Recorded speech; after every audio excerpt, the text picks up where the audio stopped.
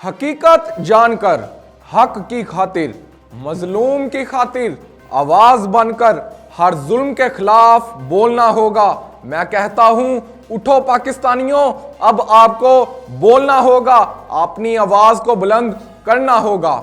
अस्सलाम वालेकुम, मैं हूं आपका होस्ट आतिफ मलिक और आप देख रहे हैं एमरा news. Election commission of Pakistan ने आम इंतखाबात की तैयारियां तेज कर दी हैं और इनका शेड्यूल 54 दिनों पर मुहित होगा। इलेक्शन कमीशन का पीर या मंगल के रोज शेड्यूल जारी करने का ऐलान है। उन्होंने ये इम्कान जाहिर कर दिया है। दूसरी तरफ इलेक्शन कमीशन ने पंजाब और केपीके में इंतखाबात के अखराजात का भी तखमीना लगा लिया है। क्या आपको पता है दोनों सूबों में 30 अरब से जायद अखराजात का तखमीना लगाया गया है। जी हां, 30 अरब से जायद पैसों का तखमीना लगाया गया है। जी हां, वो मुल्क जो अपने बशिंदों को सस्ता आटा फराहम करने में नाकाम है, वही मुल्क जो IMF से कर्ज लेने की पॉलिसियां बनाने में मसरूफ है, जहां लोग महंगाई से दो चार हैं। मुल्की हालात के पेश नज़र लोग खुदकुशियां करने पर मजबूर हैं। वही मुल्क कौमी खजाने से इलेक्शन के लिए 30 अरब रुपए की अदायगी करेगा। जी हां, 30 अरब रुपए की अदायगी। आपको तो शायद यह भी नहीं पता होगा कि एक हल्का या NA की सीट पर करोड़ों रुपए का खर्चा आता है, करोड़ों रुपए की लागत आती है।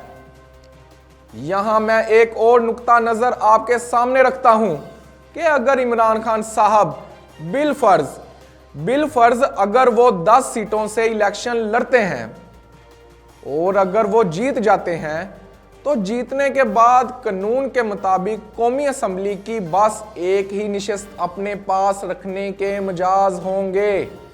जी हां, कौमी असम्बली की बस एक निशस्त। तो जाहिर है कि बकाया हलकों में दोबारा इलेक्शन करवाने होंगे, दोबारा खर्चा उठाना होगा, दोबारा ही सारा प्रोसेस स्टार्ट करना होगा। तो यहां मैं ये सवाल उठाता हूं कि इसका जिम्मेदार कौन होगा? इसका जिम्मेदार कौन होगा? इस बात का जवाब मुझे दें। इसका जिम्मेदार शायद और शायद कोई और नहीं, बस आप होंगे, जिनकी जेबों से ये सारा टैक्स निकलेगा, ये सारा खर्चा निकलेगा। फिर ये कहना बेजान नहीं होगा कि अब तक इनके हथे चढ़ी तो बस गरीब अवाम, कुर्बानी दी तो बस एक गरीब अवाम ने, जलील हुई तो बस गरीब अवाम, कुर्बानी दी तो बस गरीब अवाम।